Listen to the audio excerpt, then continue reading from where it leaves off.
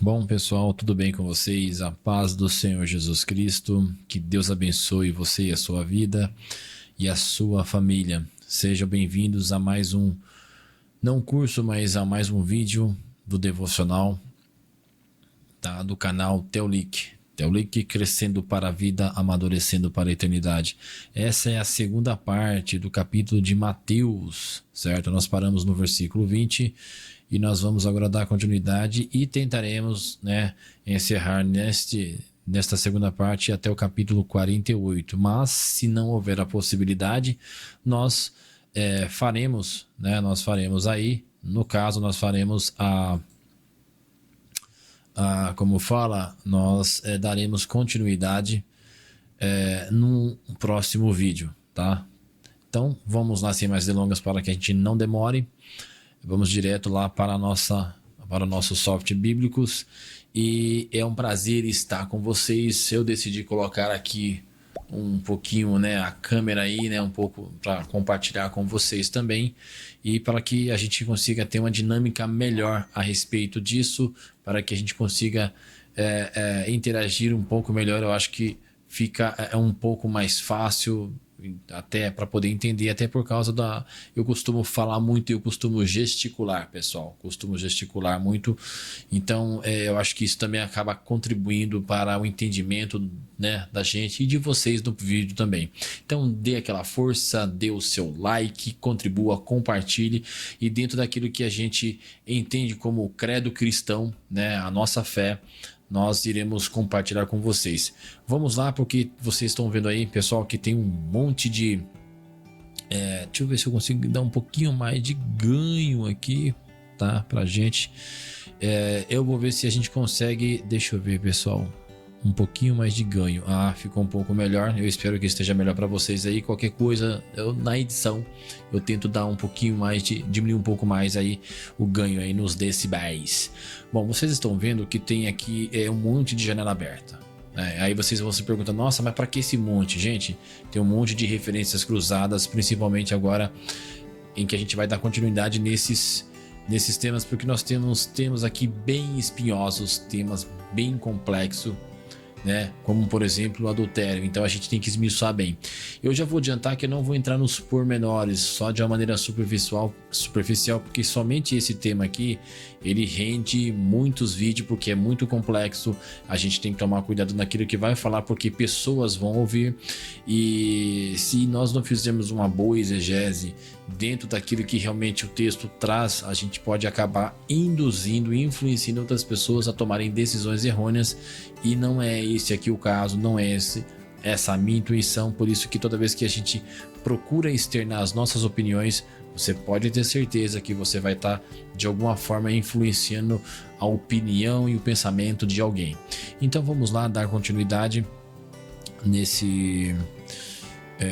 no capítulo 5, nós paramos no versículo 20, né? E nós vamos começar aqui agora. Jesus completa o que foi dito aos antigos. Vamos lá para o primeiro tema do homicídio. Jesus vai falar sobre homicídio, sobre matar alguém, o que é matar alguém, se pode, não pode, se é correto ou não. Então vamos lá. Já adiante que não pode, pelo amor de Deus, né? Paulo fala: irei-vos e não pequei. Nós podemos até nos irar, mas a gente não pode deixar que essa ira nos domine e faça com que a gente transgrida a lei, né? Que é o que está lá nos 10 mandamentos: não matarás. Homicídio simples, que está no nosso Código Penal, no nosso ordenamento jurídico brasileiro. Homicídio simples, matar alguém, né? Então vamos lá. Do homicídio, versículo 21 de Mateus capítulo 5. Ouvistes o que foi dito aos antigos: não matarás. Aqui nós temos até uma referência cruzada, porque vai lá em Êxodo. Se eu abrir aqui, vai abrir mais uma outra aba, mas aqui está marcando, deixa eu, acho que parece que está estourando um pouco. Aqui, ó, não matarás, né? Os 10 mandamentos nós temos aqui: não adulterarás, mas tem aqui não mate, perdão, não mate. Ele vai trazer aqui em Êxodo. Se eu pegar aqui, ó, deixa eu voltar aqui e clicar aqui nos logos, você clica, ele mostra aqui que tem uma referência cruzada, Então vocês vão clicar, enquanto está aqui em preto, ele só vai mostrar, você tem que clicar, ele vai ficar em azul destacado, que é um link que vai te remeter justamente lá. Aí quando a gente clica aqui, ele vai justamente abrir aqui, e eu vou mudar para a nossa versão da nova tradução de hoje, e ele marca aqui, ó, não mate, ou em algumas traduções simplesmente não matarás. Eu vou dar uma marcada aqui, né? Mas eu vou fechar isso aqui, porque a gente já tem outros abertos. Então não mate, não matarás. E quem matar estará sujeito a julgamento. Eu, porém, vos digo que todo aquele que sem motivo se irar contra seu irmão, sem motivos, já estará sujeito a julgamento, e quem proferir um insulto a seu irmão estará sujeito a julgamento do tribunal. E quem lhe chamar tolo está sujeito ao inferno, ao fogo do inferno, né? Sujeito ao inferno de fogo. Aqui está invertido ainda. Se, pois, os trazeres ao altar a tua oferta ali, e te lembrares de que teu irmão tem alguma coisa contra ti, né? Deixe perante o altar a tua oferta, vai primeiro reconciliar-te com teu irmão, e então voltando faça a tua oferta. Versículo 25, entra em acordo sem demora com teu adversário enquanto estás com ele a caminho, para que o adversário não te entregue ao juiz, o juiz ao oficial de justiça, e seja recolhido à prisão. Em verdade te digo que não sairás dali enquanto não pagares até o último centavo. Aqui é uma coisa bem fácil, não precisa de muita, como eu posso falar assim, de muita observação, né? Debruçarmos em cima destes versículos para poder extrairmos muita coisa, porque é bem enfático, é simples, é sucinto e é direto. Não mate, né? Se você matar, estará sujeito. Nós não temos o direito de tirar a vida de ninguém. E ele também acrescenta que se você tão somente você se irá sem motivo algum, né, você já estará praticando algo nesse sentido, porque a cobrança será a mesma, né? Tanto é que ele fala aqui, ó, vós que todo digo-vos, né, eu vos digo que todo aquele que se irá sem motivo contra seu irmão já estará sujeito a julgamento, né? Porque irá é uma coisa nata, intrínseca do ser humano, e você externa.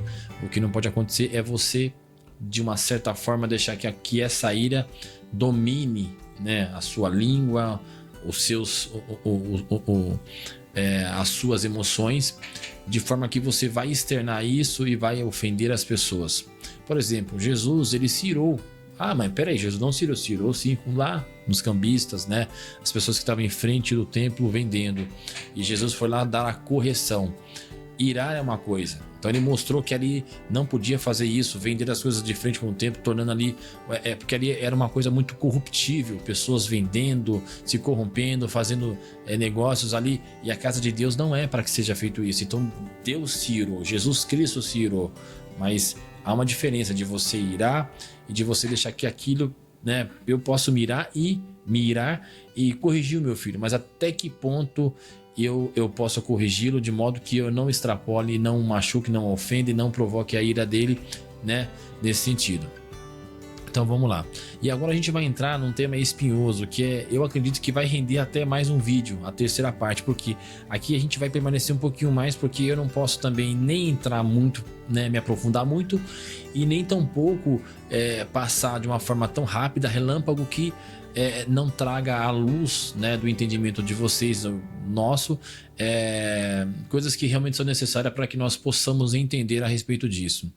Eu já vou adiantar, pessoal, que eu acredito na questão do adultério ou divórcio, porque aqui está tudo junto. Algumas bíblias elas estão separando adultério e divórcio, mas aqui está tudo junto nesse tema, pelo menos na versão digital do software da Bíblia, do Bíblico Logos. Por exemplo, aqui, ó. Deixa eu verificar aqui, nós estamos em Êxodo, eu vou aqui para Coríntios. 1 Coríntios, capítulo 7, versículos 10 e 11, onde Paulo fala. E eu tenho uma nota aqui que eu já vou adiantar, as três possíveis opções em que a gente entende biblicamente. Aí entra também algumas visões teológicas de outros ministérios, né, de outras correntes teológicas. Três possíveis situações em que é de fato legítimo pela Bíblia e pelo que a gente estuda, aonde é legítimo o divórcio. A primeira delas está marcada aqui, ó. A primeira opção é quando há a imoralidade sexual, né? Que na linguagem grega está como porneia ou adultério, né?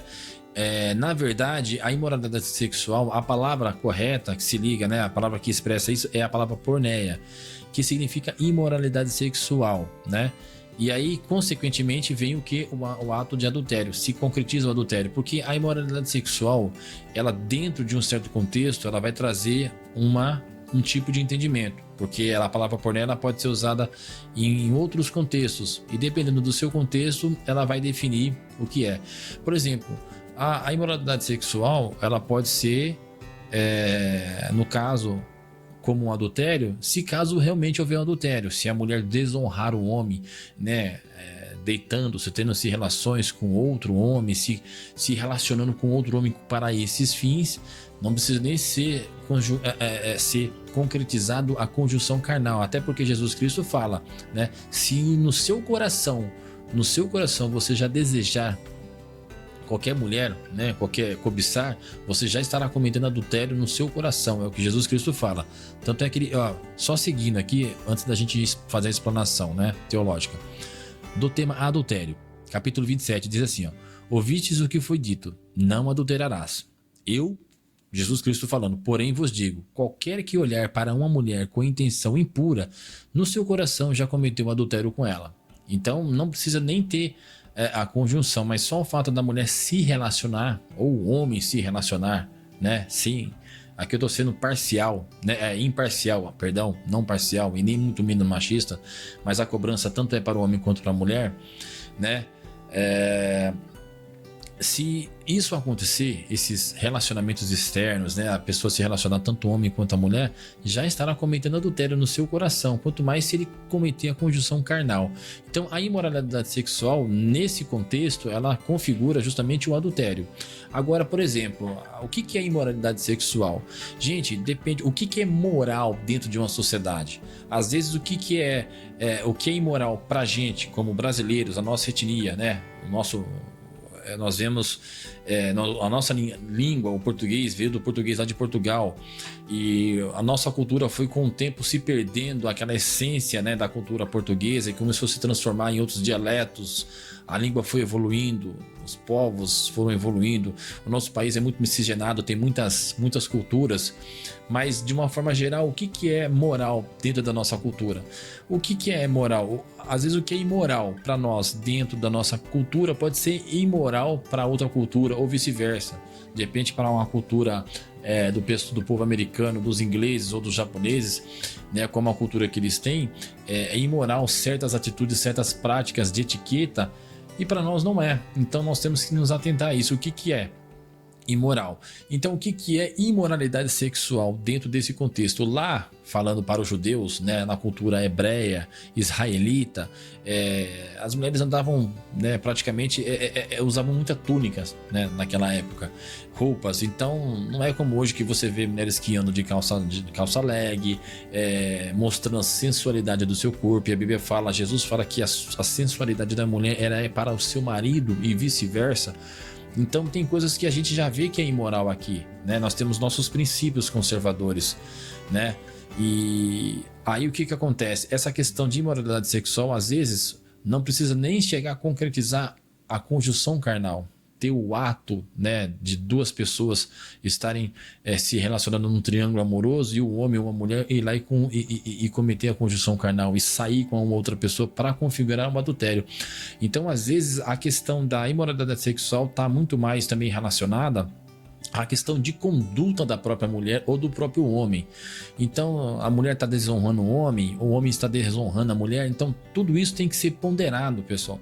Por isso que eu falo para vocês que esse assunto ele é muito espinhoso, ele é muito complexo, e dependendo do que nós falarmos, nós podemos criar até uma certa heresia. Pode se transformar numa heresia ou num erro teológico, pode, mas existem muitas correntes teológicas. Então, da mesma forma que da forma apologética que algumas denominações defendem essa visão com relação ao adultério ou ao divórcio, nós temos que respeitar, né, e ponderar os pilares centrais do cristianismo, e também ponderar a questão da visão como nós vemos. Então, dentro de uma visão da cristandade, numa visão teológica e que abarca muitos ministérios, muitas denominações, nós vemos, e eu particularmente comungo, né, e endosso a questão de que há essas três possibilidades. A primeira é quando Jesus fala sobre a imoralidade sexual, que é aquela que culmina no adultério, ou seja, quando há conjunção carnal mesmo, ou até mesmo no seu coração. O cara cometeu, você desejou, ela desejou, basta ter uma oportunidade, você já cometeu o adultério, né?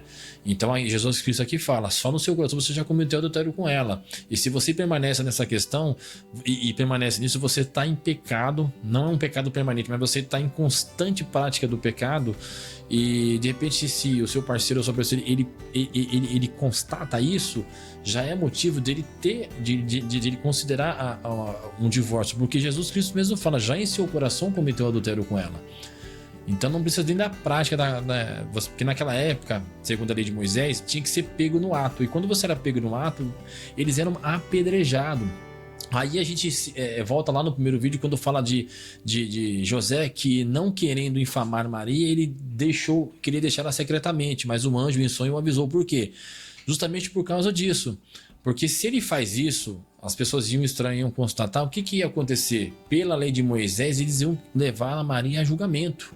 Então não era só uma questão moral, e uma questão de preservação dele como homem, por ter sido ele pensar que foi desonrado, porque na verdade ali foi uma coisa sobrenatural. O Espírito Santo, né, cobriu Maria naquele sentido de achar ela foi agraciada por Deus, e na sua,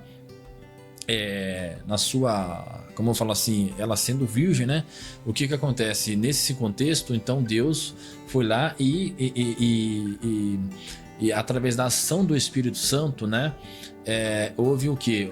A concepção, não com carnal, mas a geração de Jesus Cristo no ventre de Maria. Eu não vou entrar em detalhe, mas o que acontece? A gente lembra disso. Por isso que José quis deixá-la secretamente, mas a gente já conhece essa história. Então, quando Cristo fala justamente isso aqui, a lei de Moisés, eles já viam dessa forma. Então Jesus Cristo vem e fala, olha, é o seguinte, eu estou aqui para poder falar para vocês que não somente vocês precisam configurar a condição carnal, só o fato de você desejá-la, isso já configura, né, isso aí. E olha que eu nem terminei o versículo aqui, hein, pessoal, nós no versículo 27, agora eu vou prosseguir aqui, ó.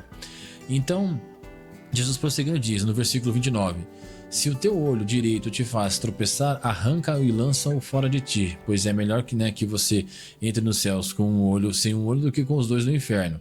E se a tua mão direita te faz tropeçar, corte-a e lança fora de ti, pois te convém que se perca um dos membros do que vá todo ele, né, para o inferno. E aí vem aqui no versículo 31, também foi dito que aquele que repudiar, aqui já entra em outras traduções, aqui é separado, aqui entra a questão do divórcio, né? Aqui tá tudo junto, englobado como adultério. Então fala assim, ó, também foi dito que aquele que repudiar a sua mulher dê-lhe carta de divórcio. Eu, porém, vos digo que qualquer que repudiar a sua mulher, exceto em caso de relações sexuais ilícitas, a expõe a tornar-se adúltera, e aquele que casar com a repudiada comete adultério. Ou seja, aqui tá tudo, por isso que aqui tá tudo junto, porque tudo tá relacionado, certo? Não cometerás adultério, né? Mas para você, se você cometer adultério, você vai entrar justamente nesse contexto aqui, imoralidade sexual, né? E aí a questão do divórcio, eu não quero entrar nos pormenores, não quero me aprofundar. A gente já tá aqui com 18 minutos. E eu acho que eu vou ter que fazer uma terceira parte, e pelo jeito eu vou fazer uma terceira parte sim, mas é melhor que a gente faça e fique tudo explicado do que ficar aquela dúvida no ar. Então a primeira opção que vem aqui na questão divórcio, pessoal, é justamente isso quando Cristo fala que não era assim no início. E a gente tem aqui, deixa eu ver se eu consigo encontrar aqui nas traduções, deixa eu ver, tá em Marcos, a mulher divorciada pode, deixa eu ver aqui direitinho. E aonde ele fala, não consegui. Jesus Cristo fala aqui, ó. Deixa eu ver aqui, ó. Respondeu-lhe esta pergunta que foi dita a Moisés, e eles responderam: Moisés permitiu. Ah, tá. Deixa eu ver. De acordo com a nossa lei, um homem pode mandar a sua esposa embora. Ó, para você ver, já começa aqui, ó. Jesus fala sobre o divórcio. Aqui uma referência cruzada. E eu vou ler essa aqui rapidinho, ó. Jesus saiu daquele lugar e foi para a região da Judeia, que fica ao lado leste do Rio Jordão. Eu estou aqui em Marcos 10, não mais em Mateus, mas uma referência cruzada. Então, uma grande multidão, tal, deixa eu me adiantar aqui, ó, de acordo com a nossa lei, deixa eu ver, ele faz uma pergunta aqui. Alguns fariseus, querendo conseguir uma prova contra ele, perguntou, né? De acordo com a nossa lei, um homem pode mandar a sua esposa embora. Jesus respondeu com esta pergunta: o que foi que Moisés mandou? E eles responderam: Moisés permitiu ao homem dar à sua esposa um documento de divórcio e mandá-la embora. Então Jesus respondeu: Moisés escreveu esse mandamento para vocês por causa da dureza do coração de vocês. Mas no começo, quando foram criadas todas as coisas, né, foi dito: Deus o fez homem e mulher. Por isso, o homem deixará o seu pai e a sua mãe para unir-se à sua mulher, e dois tornarão-se uma só carne, juntos. Há uma fusão aí, né? Uma só pessoa. Assim já não são duas, mas uma só. Portanto, que ninguém separe o que Deus uniu, né? Aqui ainda tem uma outra nota aqui, gente, que o negócio realmente grande aqui o assunto, né? Deixa eu ver aqui onde é que eu parei. Opa, deixa eu ver aqui. Portanto, que ninguém separe o que Deus uniu. O que acontece? O que Jesus Cristo está falando ali? Portanto, que ninguém separe este modelo. Ou seja, só pode haver casamento entre homem e mulher. E eu não vou entrar nos pormenores, porque senão eu vou entrar aqui em um outro assunto, certo? Porque o assunto é muito grande, pessoal. Ou seja, ninguém separa esse modelo. Qual modelo? Homem e mulher. Só pode haver casamento entre pessoas héteros. Héteros quer dizer o quê? Pessoas do sexo oposto, não homo, que seria a mesma coisa. Então, o modelo é homem e mulher. E esse modelo é um modelo familiar. Ou seja, que ninguém separa esse modelo criado por Deus. Porque quando você cria uma separação, você cria um rompimento, você cria uma ruptura. E quando você tira duas coisas que se fundiram, certamente vai haver pedaços de ambos para cada lado. E quando você tem também uma família onde há crianças, filhos, certamente isso vai ocasionar problemas futuros, até de ordem psicológica, espiritual e psicológica para essas crianças, porque é um modelo que Deus criou, então você não pode romper. Então, quando se fala em divórcio, nós vemos, né, e eu particularmente vejo e endosso nessa nota justamente isso aqui, ó, os três modelos possíveis que há para uma ruptura. Deixa eu até ver aqui que está em 1 Coríntios. Deixa eu ver, 1 Coríntios, nós estamos aqui. 1 Coríntios, cadê aqui, pessoal? Aqui tem muita 1 Coríntios. E eu tenho a nota aqui, ó, a primeira opção, que é quando Jesus fala que quando há adultério. A segunda opção é o que está em Coríntios 7:10. Que aqui fala aqui, ó. Aqui vemos que Paulo aponta para o mandamento do Senhor e sugere que a separação seja temporal, sem prejuízo do matrimônio, ou seja, sem litígio. Isso porque Paulo enfatiza com a palavra divórcio quando se refere ao homem e utiliza a palavra separar no caso da mulher. Por quê? Aqui em 1 Coríntios, nós vemos aqui Paulo falando, ó. 1 Coríntios capítulo 7, do versículo 10 ao diante, ele fala assim, ó, para os que são casados, tem um mandamento, que não é meu, mas do Senhor. E aí ele fala, que a mulher não se separe do seu marido, porém se ela se separar, que não se case de novo, ou então que faça as pazes com o marido, e que o homem não se divorcie dela. Mas que tipo de separação é essa? Esse tipo de separação, a gente entende dentro do meio teológico, que havia no começo do evangelho, pessoal, um grande fervor do evangelho, e as pessoas que estavam chegando, se convertendo ao evangelho, queriam pregar, fazer a obra de Deus. E aí às vezes tinha mulher ou tinha marido que queriam se separar para poder fazer a obra. E como eu vou fazer isso? Então Paulo fala nesse sentido, que é um mandamento que não é dele, mas sim do Senhor. Ou seja, vocês querem fazer a vontade de Deus? Isso estava falando para aquele pessoal naquela época. Então que vocês se guardem, né? Se separem, mas se guardem, se preservem, e se voltarem por qualquer necessidade, vocês façam as pazes entre vocês e voltem entre vocês. Não que vocês se separem e cada um procure uma outra mulher. Então essa é a segunda opção de separação, mas não seria uma separação, um litígio, onde você dá a carta de divórcio. É apenas uma separação parcial ali, onde cada um vai se consagrar para Deus e precisa de tempo. E quando você é casado, você não consegue ter todo esse tempo, certo? E aí nós temos a nota, seguindo a nota, que seria a terceira opção de separação, que é quando Paulo fala aqui, ó. Quer ver, ó? Deixa eu ver aqui o que onde Paulo está falando aqui. Aos outros eu digo, não o Senhor, mas eu, né? Aos outros digo eu mesmo e não o Senhor. Se um homem cristão é casado com uma mulher que não é cristã e ela concorda em continuar vivendo com ele, ele não se divorcie dela. E se uma mulher cristã é casada com um homem que não é cristão e ele concorda em continuar vivendo com ela, que ela não se separe dele. Ou seja, aqui nesse caso, tá falando bem claramente que é justamente aqueles casais em que um só dos cônjuges é cristão, certo? Por exemplo, um deles se converteu ao evangelho e aí o outro pega e fala, eu quero continuar com você, mesmo você sendo cristão. Ou a mulher fala, também quero ficar com você mesmo sendo cristão. Então não se separe, porque a conduta daquele que é cristão vai santificar o outro, certo? E aí ele fala assim, ó, pois Deus aceita um homem que não é cristão por ele estar unido com uma mulher cristã, e aceita uma mulher que não é cristã por ela estar unida com um homem que não é cristão. Se não fosse assim, os vossos filhos não pertenceriam a Deus, mas sendo assim, eles pertencem, né? Ou, em outras línguas eles falam, em outras traduções falam que eles não seriam impuros ou não impuros. Aí ele fala, porém, se o marido não cristão ou a esposa não cristã quiser divorciar-se, então que se divorcie. Nesses casos, o marido cristão ou a esposa não cristã é livre para fazer o que quiser, pois Deus chamou vocês para viverem em paz, né? A esposa cristã, como é que você pode... Aí ele fala, a esposa cristã, como é que você pode ter certeza que não vai salvar o seu marido, né? Ou então você, marido, como você tem certeza de que não vai salvar a sua esposa? Ou seja, Paulo fala que não é para viver embaixo de servidão. Então, resumidamente, nós já estamos com 27 minutos aqui, estouramos o tempo dessa vez e a gente vai para um terceiro vídeo, né? Dividindo então o Mateus 5, capítulo 5, do versículo 1 ao 48, nós vamos dividir em três partes, e eu acredito que da terceira a gente vai conseguir terminar, né?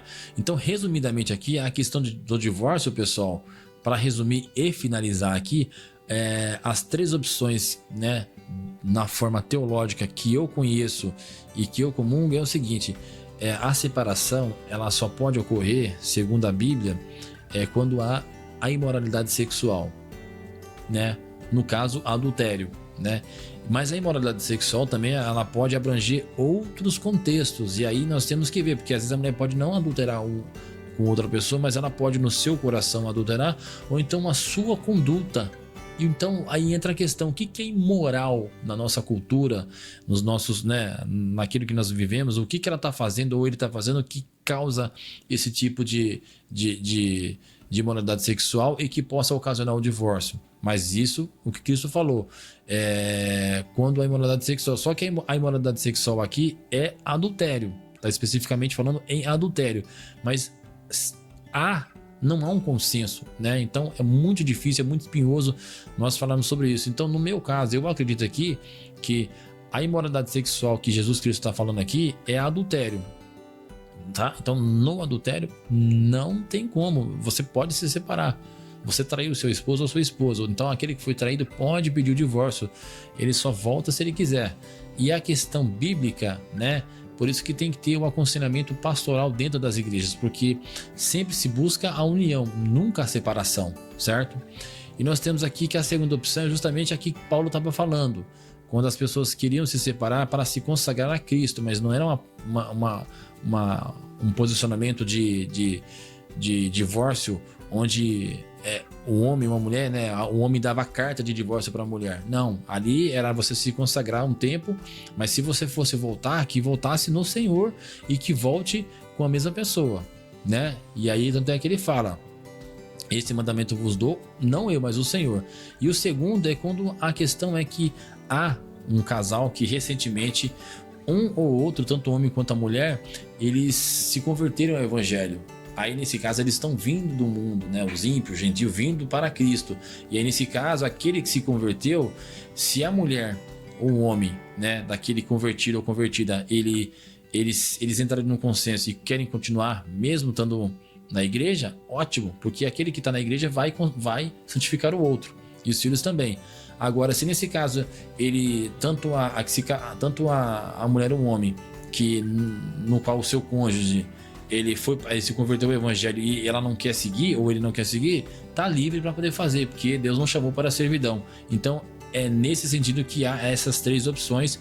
Fora essa, existem casos extremos, por exemplo, como o homem que bate na mulher, né? Mas um homem que bate na mulher, não é possível que ele seja cristão, ele não pode ser considerado um cristão e começar a bater na mulher. Mas digamos numa hipótese, né? Algo hipotético, em que aquele que se desviou, então tem um casal, um homem e uma mulher, ambos são cristãos, e de repente ou o homem ou a mulher, no caso do homem, como os casos mais evidentes são quando um homem se separa e que agride a mulher. Então nesse caso ela continua na igreja, ele se desviou e aí ele começa a bater na mulher, ele vira um drogado, ele é viciado, ele é beberrão e ele começa a bater, não quer voltar mais para a igreja. Como é que se faz nesse sentido? A gente vai deixar que a situação aconteça e que ele chegue de repente até a matá-la, né? Porque há casos reais, né, em que homens fazem isso. Então esses são casos extremos em que tem que entrar o aconselhamento pastoral para que de fato haja, porque não tem como viver debaixo de uma servidão e manter-se junto ali, é difícil. Então dentro da visão bíblica é o que a gente vê, essas opções em relação ao divórcio, né? E eu falei para vocês que seria realmente um assunto muito mais espinhoso, muito mais complexo, porque qualquer coisa que nós dissermos aqui vai com certeza influenciar alguém. Então, resumidamente aqui, para finalizar esse segundo bloco, pessoal, eu não estou dizendo que nós devamos, né, que eu aprovo ou que eu endosso que haja separação da torta direita, de maneira nenhuma. Ela tem que se enquadrar nesses requisitos aqui, né? Ou adultério, né, a imoralidade sexual, mas no caso voltado em si na combinação do adultério, né? Ou você adulterou no seu coração, você está desejando outra pessoa. Jesus Cristo fala, você já cometeu um adultério com ela, então já no seu coração, né? Ou então com a conclusão mesmo da conjunção carnal, aí ok, é válido, é legítimo, a gente entende e eu, né, concordo com isso. Então essa é a primeira opção que Cristo fala. A segunda opção é quando Paulo fala a respeito daqueles que queriam se separar, né, parcialmente, momentaneamente se consagrarem para Deus devido à efervescência do evangelho naquela época, que estava realmente depois do Pentecoste, as pessoas queriam, então às vezes queriam se separar porque queriam se concentrar ali para Deus. Então como é que a gente faz, né? Cada um se separando, cada um querendo o seu ministério, e então era uma coisa nova que estava acontecendo naquele tempo e precisava ser administrada, ser filtrada, né? Então essas doutrinas, essas instruções naquele tempo do evangelho, no início do evangelho, era uma coisa realmente muito nova e ficou muito evidente. Então nesse caso, e Paulo fala, é um mandamento que não é meu, é do Senhor. Então se vocês querem se separar parcialmente, para cada um viver a sua parte para Cristo, que viva. Mas se quer voltar a ter um relacionamento com uma outra pessoa, tanto sendo um homem quanto mulher, que volte com o mesmo, que vocês voltem vocês mesmos, aqueles que se separaram. E a terceira opção é quando é o casal que já vem, né, casado, já tem um convívio matrimonial, mas que vem do mundo, novos convertidos, e quando um só dos cônjuges eles se convertem. E aí aquele que não ele não é obrigado a aceitar. De repente ele é de outra religião, comunga outro tipo de religião, não vou citar nomes aqui, e aí ele não quer continuar, ele não consente. Então pode se separar, porque Deus não chamou para a servidão. Mas e agora? E se ele quiser ficar? Bom, que fique.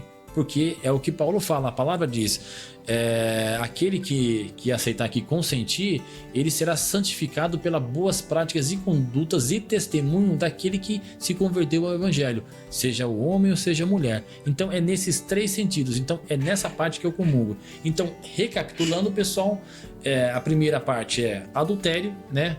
A imoralidade sexual. Segundo, quando os casais queriam se separar naquela época para se consagrarem ao Senhor. E o terceiro é quando o casal não é cristão e quando um deles se volta para Deus, para os caminhos do Senhor. Então é nessa visão que eu vejo. Lógico, se futuramente, diante de estudos, nós decidirmos, né, porque as pessoas mudam de opinião, mas eu acredito que eu creio, é nessa visão que a Bíblia mostra, é nessa visão que eu creio, pessoal. Então eu não vou ficar aqui distorcendo e nem enchendo linguiça. Nós já vamos para 40 minutos, eu não imaginei que fosse chegar a gastar tanto tempo assim, mas eu espero que tenha ficado bem claro a minha visão diante da crença que eu tenho, do credo que eu tenho, apostólico, tá? Da igreja evangélica, tá? Eu professo a mesma fé em Cristo, os mesmos pilares. E no próximo bloco, que vai ficar para um terceiro que eu não imaginava que fosse acontecer, nós vamos começar do versículo 33 e vamos até o 48. Aí já está mais fácil, não vai ter muita coisa, mas eu tive que fazer algumas explanações. Vocês viram que tem muita coisa aqui, eu coloquei muita nota, né? Muito bloco de nota, eu pontuei muita coisa aqui, e que se eu fosse entrar nos pormenores de fato, seria um assunto muito mais profundo e eu levaria muito mais tempo.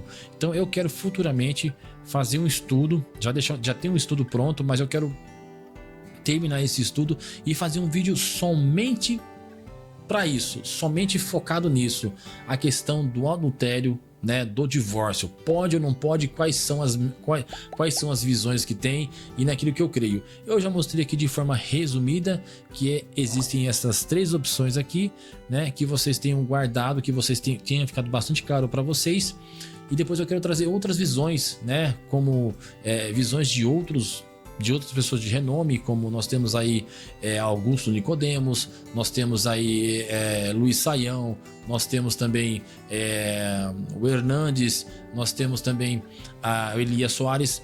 Todos são grandes teólogos, né, e têm as suas visões, e muitos deles divergem em alguns pontos da Bíblia, porque realmente há essa divergência em alguns pontos, né, mas na questão doutrinária, né, os pilares, muitos têm um consenso, é um ou outro que difere. Tá bom, pessoal? Gente, muito obrigado mais uma vez, tá? Me perdoe por ter me estendido muito, e eu acredito que tenha ficado claro para vocês.